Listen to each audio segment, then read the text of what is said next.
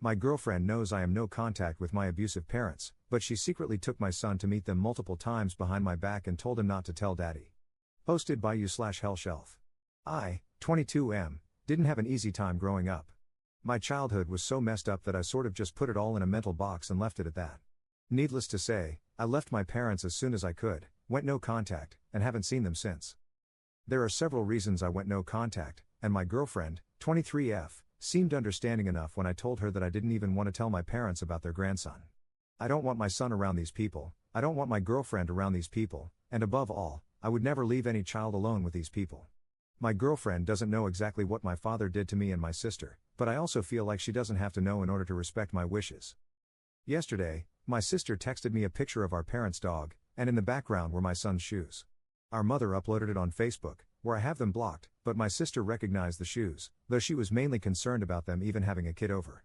My girlfriend and I both work, she only works part-time, but we always have someone to watch our child, either my sister or my girlfriend's family, so it's not like she had to bring him there for childcare.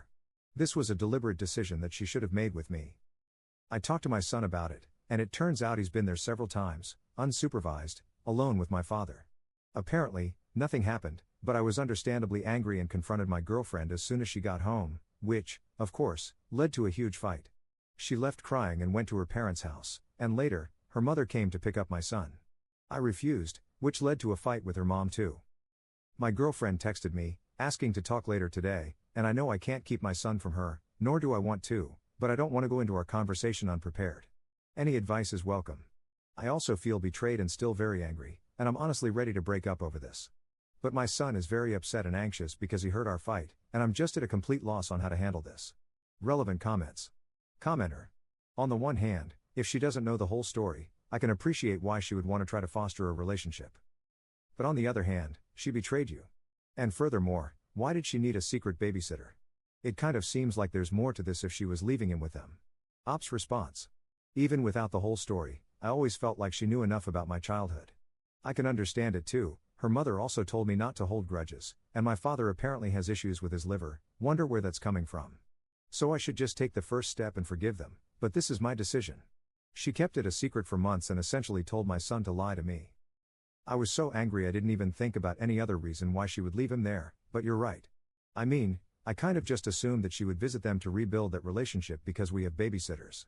Op explains if he has documents or reports of the abuse from his parents and other significant details. Yeah, my sister and I have no proof of what happened, and she wanted to get financial aid because her PTSD makes it harder for her to work, but her lawyer said it would be hard to get anyone to believe her or us. She eventually gave up on that.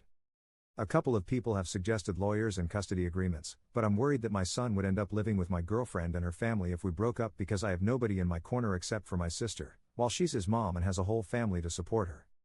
Admitting to or confronting what happened with my parents in the past is really hard for me, which is why I never actually told her in detail, and I think that was my mistake. I never considered that she'd want him to meet them. Until my sister texted me the photo, I had kind of just ignored their existence. Commenter 2. She taught your son not to trust you. That would be a reason to take her to court for a custody agreement, requiring her to sign that she will never take him to your parents behind your back. Imagine a toddler being told by his mom not to tell daddy. That little kid was in an abuser's home, unsupervised, many, many times. Imagine if grandpa had done something to him, but the child had learned to keep secrets. That's horrible and manipulative. Imagine if an accident had happened to that child. You wouldn't have had any idea. That betrayal is unforgivable. She drove a wedge between you and your kid. Nah, I would be done. Op's response. I panicked when he said it was something he wasn't supposed to say. She apparently told him it was a surprise, and that's why he had to say he was at her parents'.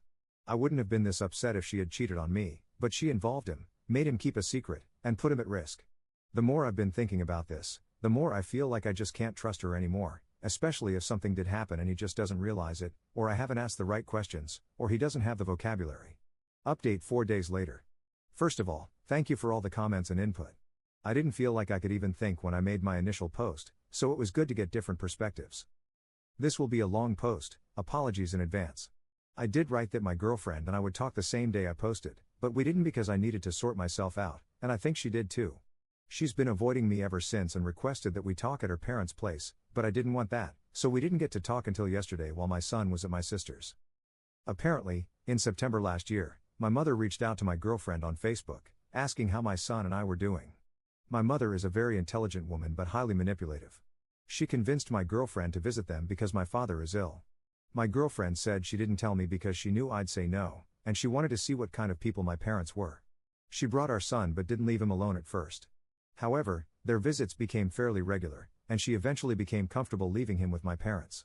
He seemed fine, he even seemed to like it there, so she didn't feel like he was in danger.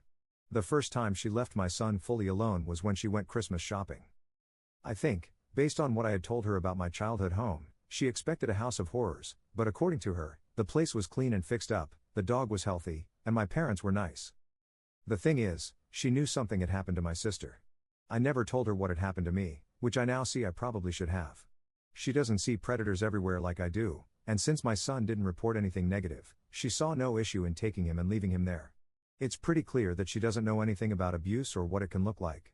I don't understand how she thought she'd be able to spot the signs with so little knowledge. My father has been in contact with children for most of my life, and while I don't know if he's done anything to them, my sister always said he knew how to make children feel at ease.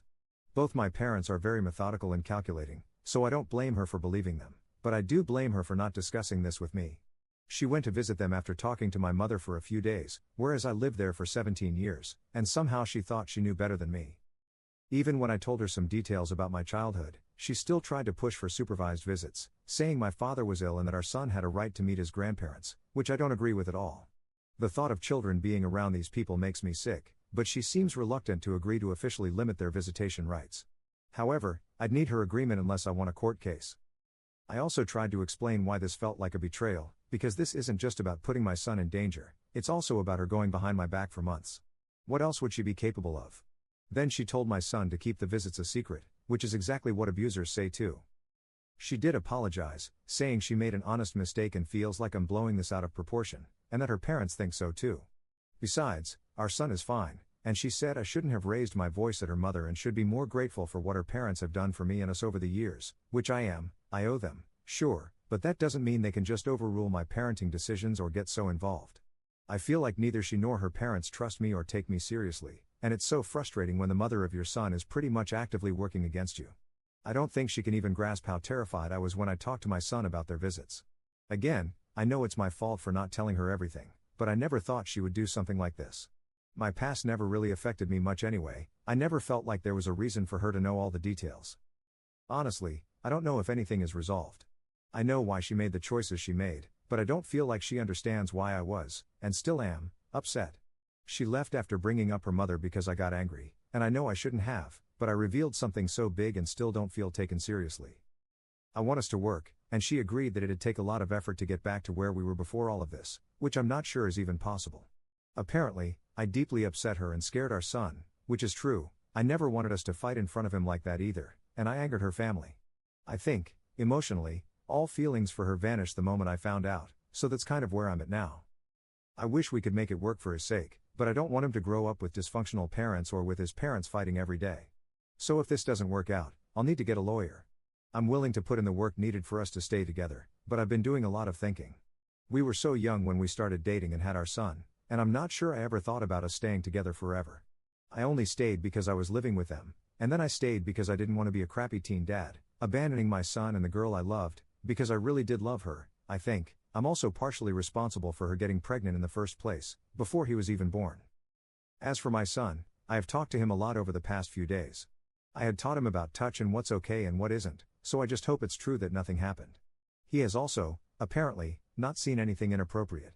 Our fight got to him, though. He knows I was sad, and he knows his mom is too. I hope he and I talked it out enough and that my girlfriend gets to talk to him about this too. We might just sit him down together or something. I'll need to talk to her about that. Relevant comments. Commenter. She still thinks she knows your parents better than you do. She's still blaming you. She believes that her family's feelings being hurt is more important than the safety of her own flesh and blood. She does not understand the dynamics of abuse. She at least needs to look up what triangulation is. The only realistic option is to bring her to a trauma-informed couples counselor to see if she'll take a professional seriously.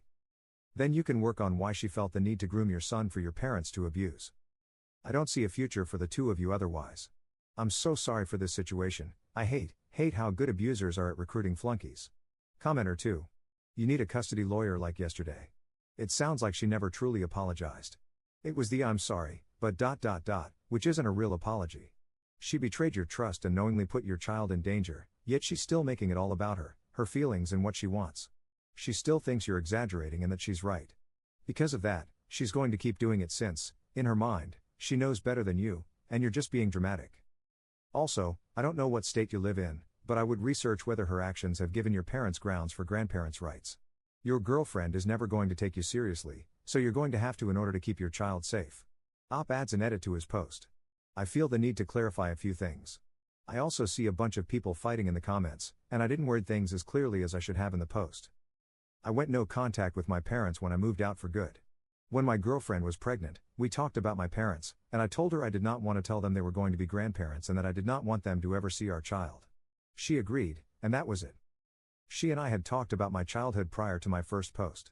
She knows enough about my living conditions to understand they were unsafe for any child. She knows my father is a violent alcoholic, and she knows about a lot of the crazy things my mother pulled over the years. She knows my sister has a PTSD diagnosis, and she knows my father touched her. That is everything she knew, and I honestly think that should have been enough. Her parents also know about most of this. Yes, I raised my voice at her and her mom when I found out she had been taking him there, and I definitely should not have done that. It's been really hard to stay calm when talking about my parents, especially with her refusing to listen to me. Our conversation on Thursday was very emotional as well, but I ultimately just shut down after I told her that my father had also abused me, and yet she still said, I don't see why we can't do supervised visits. I don't even have an argument because, logically, he can't do anything with someone watching, but it still feels like I'd be trafficking my son, even if he doesn't touch him at all, and I can't even explain why I feel that way. People in the comments say it's just an emotional response, which is true, and maybe it's illogical, but I truly don't see how getting to know his grandparents would be beneficial to him anyway. The reason I hadn't told her the details before is because I was fine being intimate. I managed at work. It's not like I want to off myself every day because my parents were crappy or something. It didn't need to be brought up, and having to talk about it is just painful. There's a lot of shame and just things my parents, I guess, brainwashed me to feel. It felt even more impossible after how dismissive she was. Things have calmed down between us now. Maybe it's sinking in for her, even though she still argues that nothing happened and that ultimately everything was fine, but it feels like that's just her inability to accept that she's made a mistake, repeatedly. She said she really thought they were okay because they seemed normal, clean house and all, their dog is not a ball of matted hair like our old one, everything being the opposite of how I described it. I don't think she'd bring him there behind my back again, but I obviously can't say for certain. We have not talked about this anymore. Maybe we need that right now so our son doesn't realize how bad it is between us, though I'm worried he knows anyway. I think we will separate, though. I don't see us as future partners anymore. Her teaching him to lie to me, and her parents apparently telling her that isn't a big deal, really scares me. I'm scared they will paint me as abusive or something because I really don't have much going for me when it comes to custody. She's the one with a functional support system, with people helping her look after our child, and her parents have the money for a good lawyer and can risk a lengthy legal battle. All of this, however, are things I need to talk to a lawyer about as soon as I find one.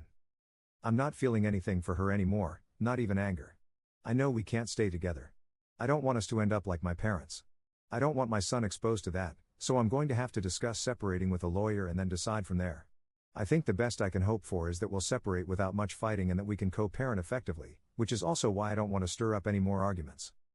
I'll definitely take legal steps to prevent my parents from seeing him, as well as take him to a doctor. Relevant comments. Commenter. What a great mother, serving her kid up to predators on a silver platter, because, they were nice to her. The hell was she thinking? Commenter 2. People think they can tell. They're so smart, so observant. That's why they haven't been assaulted, you see, they just have a sixth sense. 100% this is what the girlfriend thought. And when she got the whole story, she went deep into denial. Because it was bad enough that she left her son with an abuser, but putting him alone in a room with a rapist would make her a bad mother. She can't be a bad mother, so he must not be a rapist, and must be overreacting. This kind of person disgusts me, putting their pride over their children.